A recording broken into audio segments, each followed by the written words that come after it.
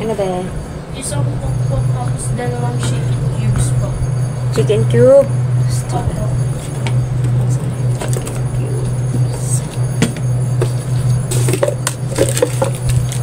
Akin yung body mo.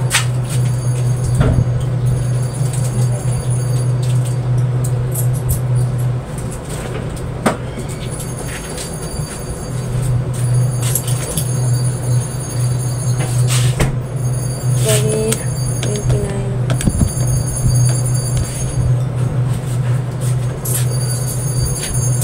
Wala ka na piso ba? Wala na. Sige po. 43 lahat eh. 70 isang 29.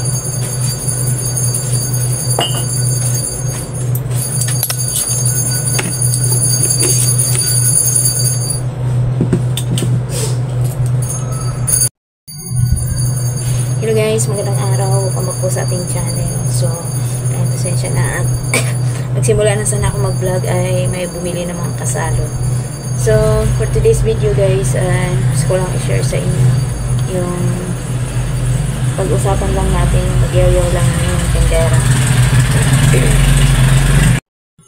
Pero bago dyan, maraming salamat nga pala sa mga nanonood sa aking mga vlog. And thank you po sa inyo. I really appreciate to all of you, to all the viewers, subscribers, and the members. Thank you so much guys. And of course guys, don't skip the ads. Thank you to all my kasari, Ate GB, Ate GB TV. Thank you so much po. Isa siya sa nanonood sa ating mga vlog. Kahit bira lang po akong makapagpanood sa inyo. Thank you. Nanitis TV, thank you. Thank you po sa inyo. So ngayon guys, ang paano pa iba-iba naman. Nakahapon nag-order ako ng 2 kasalo. Naka-order naman tayo. Kasi limitado nga po ang order ng Coke kasalo ngayon. First come, first serve din makakuha. And then, tapos meron pa ako natira na ikon. So bali ang mga binibili ko ngayon dito sa aking chiller. Bali yung chiller ko lang po ang lagi ko minimintin hanggat maaari. So yun nga, balak ko namin na lilipat na naman. So wala pa kami mahanap na bahay. Kaya hindi ko alam kung makahanap ba kami o makalipat ba kami. Kasi magpapasukan na naman sa May 16 or 15 yata ay enrollment na. Hindi ko alam kung saan yung mga anak ko i-enroll. Kung kami ay nakahanap sana, doon po sana yun sa ibang lalawigan.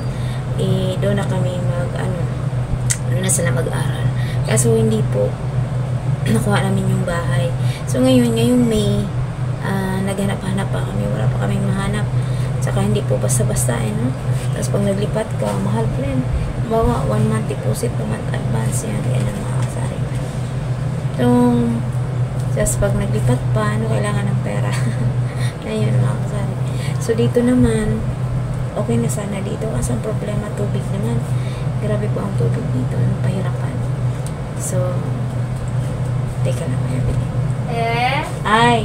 Cash in na po. Magkano? Ano lang, 35 lang. Sige. Pasensya na guys at naputol tayo kung saan na ba ako.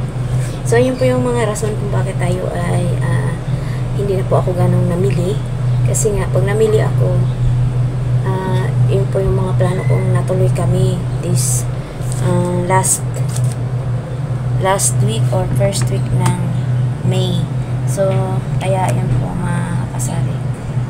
Alam mo ba, gusto ko talagang magtinda. At marami akong gustong gawin dito sa tindahan, no? Kung paano, may napanood lang ako doon sa isang tindera na lumago talaga din ang tindahan niya, matagal ko na din siyang baybayan.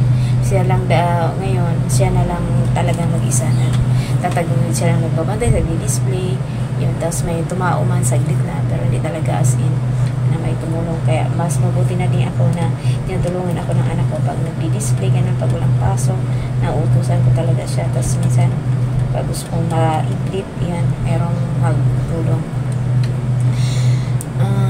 Siya talaga ay inaano niya yung tindahan. Kaya walang ibang nagpo-concern sa tindahan na kundi siya lang. Ngayon, minsan kasi nakaka-burn out talaga may gawaing bahay. Talagang sinantabi niya ang mga gawaing bahay. Ginagawa niyang paraan. Aba, sa paglalaba, kasi magkonsumo po yan ng oras paglalaba. Bumili siya ng washing machine na automatic. Tapos, imbis imbes na magtutupi siya pagkatapos nun, ay hinahanger na lang niya. At pinabayaan niya yung kukuhanin na lang nila yung mga damit na gustong susuotin ng mga anak niya o asawa niya, ganun. So, kumbaga, ang mga gawaing bahay, tapos sa pagluluto, hindi din siya madalas nagluluto kasi nasa tindahan siya. Pero ang bahay niya ay nasa sobrang busy niya, ang dami niya mga galaw sa buhay. Tapos may papahan pa siya, ganun. Sa tindahan talaga siya nag-focus. Ngayon, ang tindahan niya ay malago. At saka, sabi naman niya, lahat ng mga pangailangan ng pamilya niya, sabon, yan ganun, doon naman kinukuha sa tindahan. Kaya hindi na siya nagluluto, talagang focus na sa pagtitinda.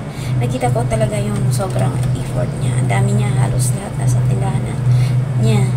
Kumbaga, talagang nakadedicate talaga siya. So, sa atin naman ay pagangganan po tayo magagawa ng buhay bahay, magluto, kaya mabuburn out ka din talaga. Tapos minsan nakakapagod din na sige lang tayong tinda, tapos dito sa aking tindahan meron pang yung mga anak ko nakakain, yung babae ko nakain dito sa tindahan, or nagbayad, hindi na, alam mo yun, walang unlimited. Tapos yung lalaki ko naman, hindi naman siya tumutulong naman sa atin, kaso lang yun, talagang nakapokus. So, lumago po yung kanyang tindahan. So, minsan, nakaka-burn out din talaga. Yung katulad sa akin. Okay lang kasi kung sarili mo na ng bahay, wala ka ng balak talaga magpalipat-lipat.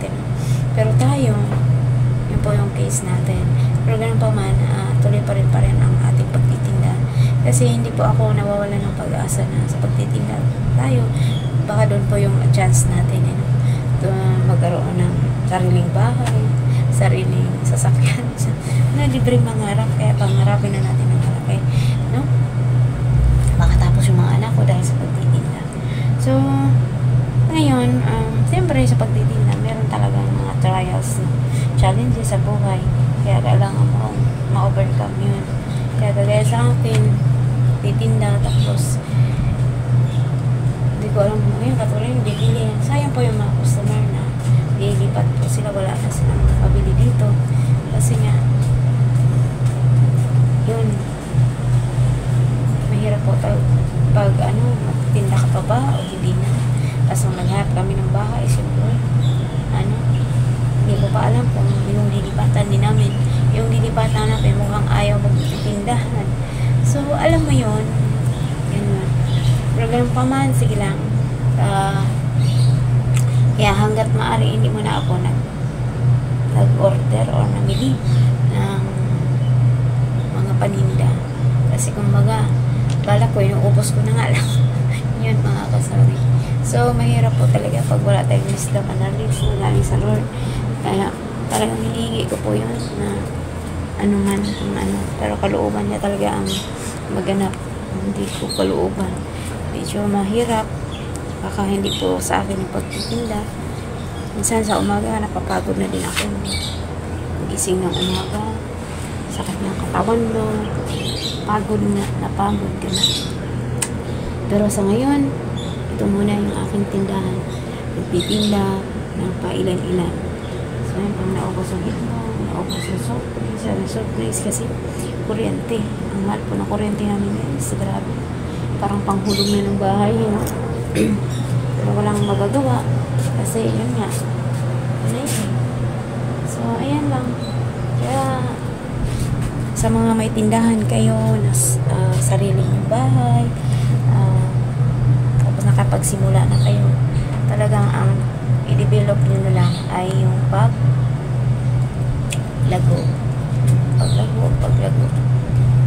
meron. So yun, kaya pero ganun pa man, kung mahirap, tuloy lang ang laban. Ako rin, tuloy pa rin ang laban. Minsan, hihina ka. Minsan, naging nega po tayo. Kasi yung mga kakayahan natin na iniisip, yung kakayahan lang natin. Yung kakayahan ko lang. Pero yung kakayahan ng Lord, mas matindi po. Pero ganun pa man, patuloy pa rin tayo sa pagtitinda. Kaya maraming salamat po sa inyong support.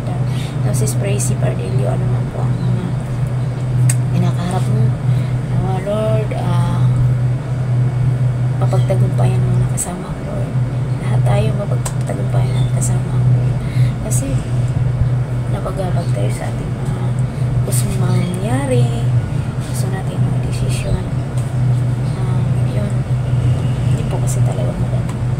Kanya-kanya po tayo mga dalangin, masanay sa buhay.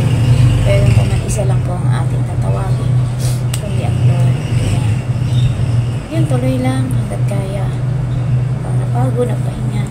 So, kung makahanap kami ng bahay, baka magpahinga muna o magtitinda. Tapos, kung okay, kalooban ng Lord, maghanap ng maupahan, na pantindahan, i-try ko sa sunod na i-separate yung tindahan sa bahay. Ayan. Baka iba-iba po kasi. Iba-iba po.